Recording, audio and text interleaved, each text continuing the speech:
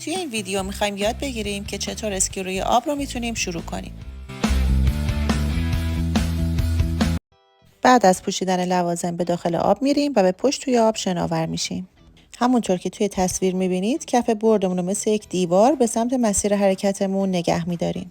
همزمان با سفت شدن طناب توسط اپراتور سعی میکنیم آرنج دستامون رو کاملا صاف نگه داریم. زانوهامون رو تا جای ممکن خم میکنیم و باسن رو به پاشنه پامون نزدیک میکنیم.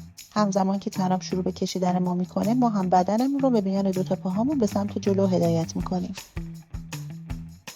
انتهای مسیر که رسیدیم با یک دست آب و پارو میکنیم و به سمت مسیر برگشت میتونیم بچرخیم. برای شنا کردن یا پارو زدن از دستی که دست طناب رو نگه داشته استفاده نمی کنیم چون این کار باعث گره خوردن طناب به دور مچ دستمون میشه. حتی بهتر هست که توی این شرایط دستی که دست طناب رو گرفته رو بالا نگه داریم و با دست دیگه شروع کنیم به پارو زدن. انقدر این کار رو ادامه میدیم تا کف تخته ما کاملا به سمت مسیر برگشت بشه. حالا مجددا اجازه میدیم که طناب ما رو به سمت جلو هدایت کنه. کشیدن دستا به سمت بدنمون باعث شروع سفت شدن طناب میشه و همینطور صاف کردن پاهامون هیچ کمکی به بلند شدن ما نمیکنه. حالا سعی میکنیم با کشش طناب مقداری باسنمون رو هم از آب خارج کنیم. البته که هنوز دستام صاف و زانوهام خم باقی مونده.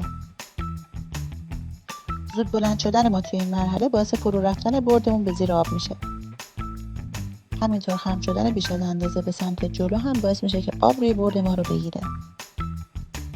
در حین اسکی سرمون رو پایین نگه نمیداریم و به آب نگاه نمیکنیم. در عوض سرمون رو بالا گرفت و به مسیر پیش رومون نگاه میکنیم. اگر توی حالت نشسته به تعادل کامل رسیدیم سعی میکنیم یک مقدار بیشتری بلند بشیم.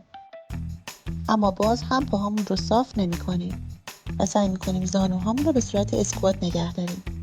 بعد از این میتونیم یک پامون رو مقداری به سمت جلو هدایت کنیم. در اصطلاح میتونیم به صورت ساید اسکی کنیم. هیچ فرقی هم نمیکنه که پای راست ما بیاد جلو یا پای چپ ما. انداختن وزن روی پای جلو باعث میشه که نوک برد ما زیر آب فرو بره.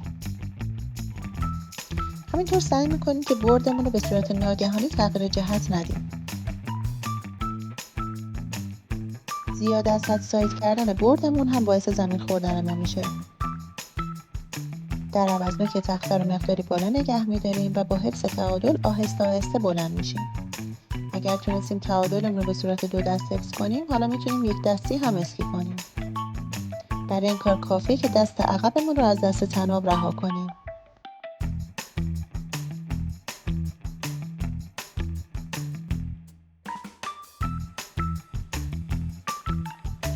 در صورتی که پای راست ما جلو باشه با دست راستمون دست طناب رو نگه میداریم و اگر پای چپمون جلو باشه با دست چپ طناب رو نگه میداریم.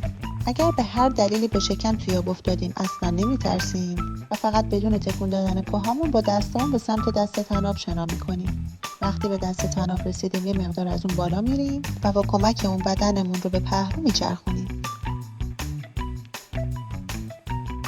اگر هم به پشت توی آب افتادیم زانوی پامون رو خم و یه پا رو صاف میکنیم و با کمک بدنمون به سمت شکم دوباره میچرخیم.